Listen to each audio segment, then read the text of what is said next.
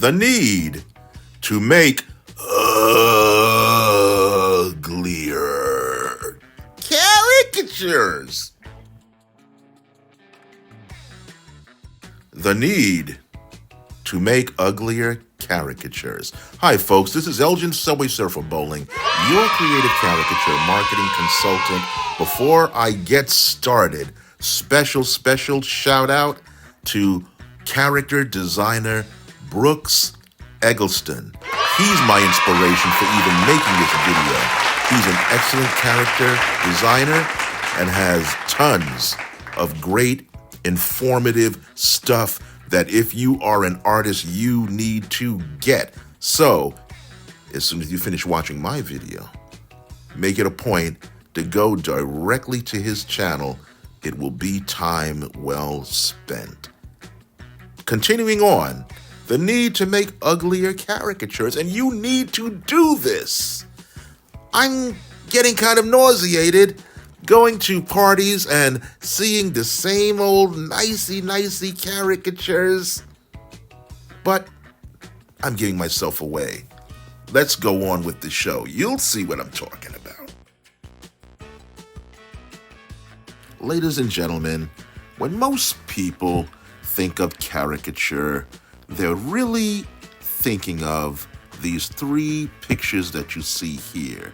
Something with a minuscule amount of exaggeration, but not too much, because they still want to look presentable and cute. And this is especially true of the female of the human race who, well, let's face it, guys, if she doesn't like it, she ain't gonna let you buy it. But is this really caricature? And I'm talking about the dictionary definition. That doesn't even sound right, the dictionary definition. The official definition of what a caricature really is. Let's go to the dictionary, shall we? Oh, look, here's a definition right here. Caricature. As a noun, a caricature is a picture, description, or imitation of a person or thing in which certain striking characteristics are exaggerated in order to create a comic or grotesque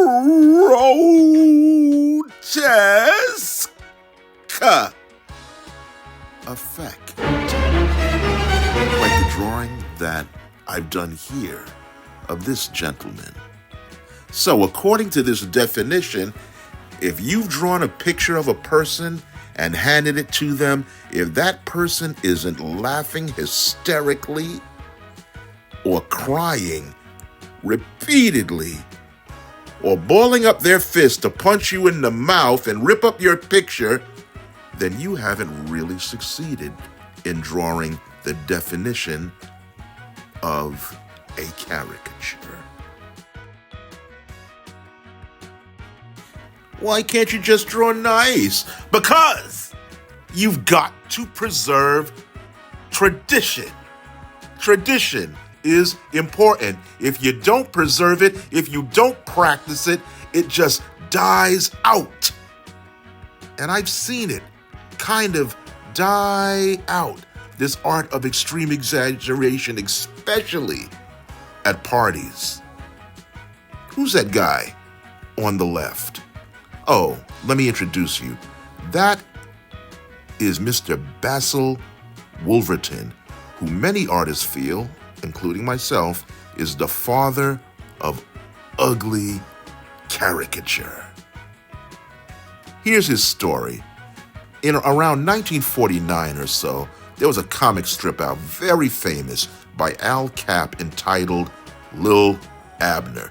It was in all of the newspapers, and they had this character, Lena the hyena, in the comic, who you never saw her face. And the reason was she was just so butt ugly that she could never, ever be revealed or bad things would probably happen to you.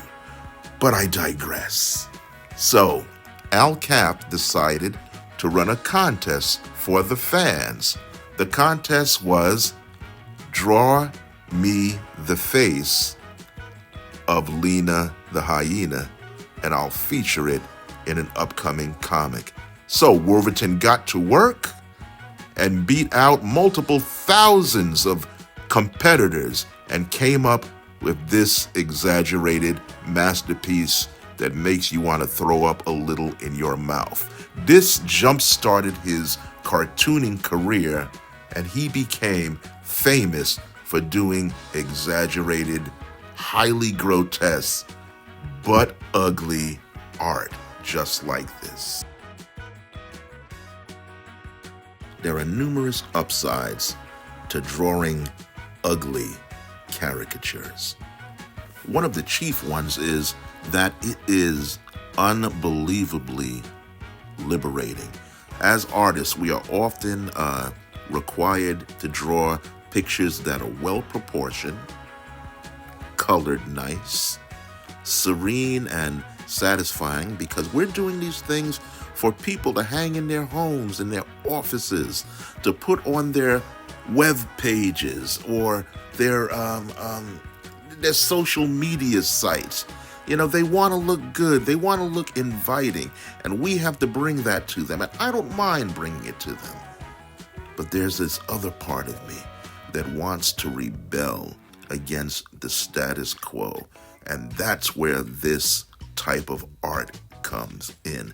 Because every now and then, you need to blow. That's what you need to do. You need to cause some trouble. You need to shake things up. You need to get your idea engine working, and you need to spark your creativity. An exaggerated, ugly caricature is a great way to do that.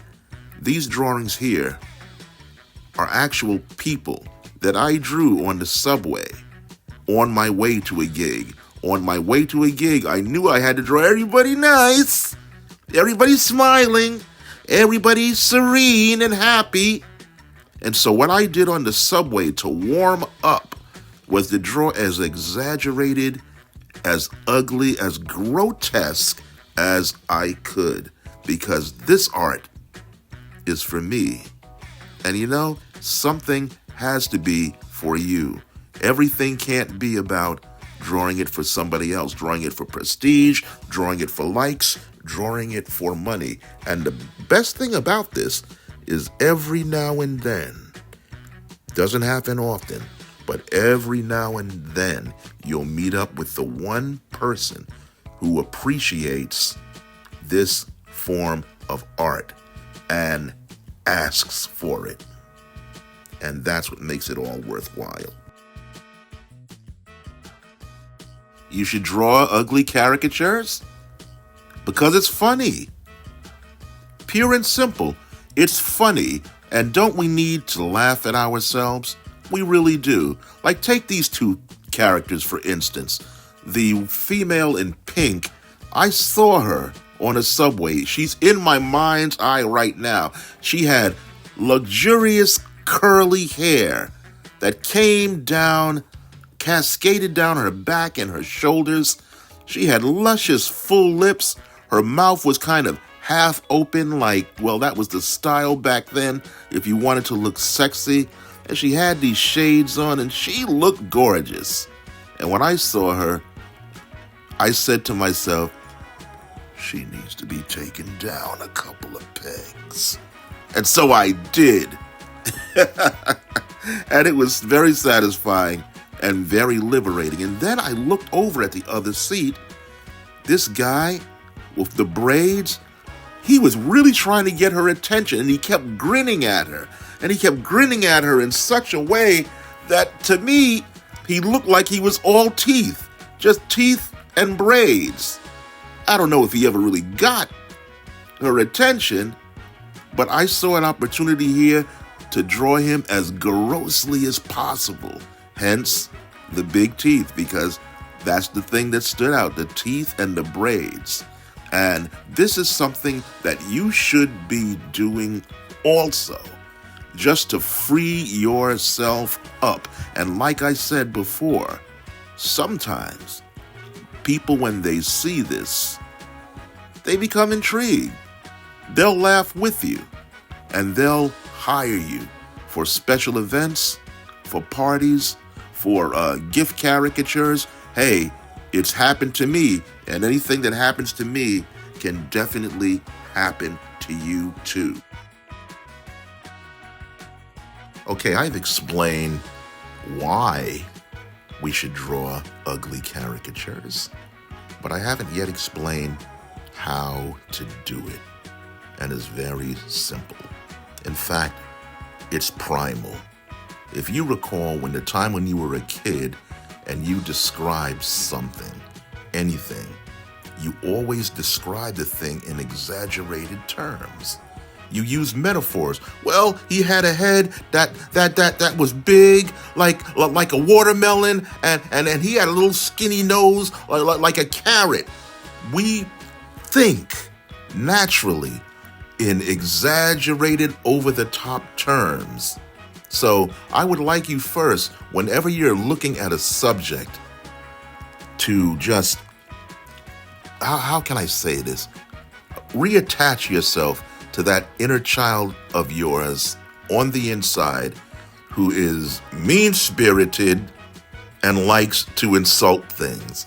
Because there's a fine line between being funny and being ferocious. And so you have to go for the visual jugular when you're drawing caricatures. I'll never forget, I was doing street caricature one time, and a lot of tourists were in town.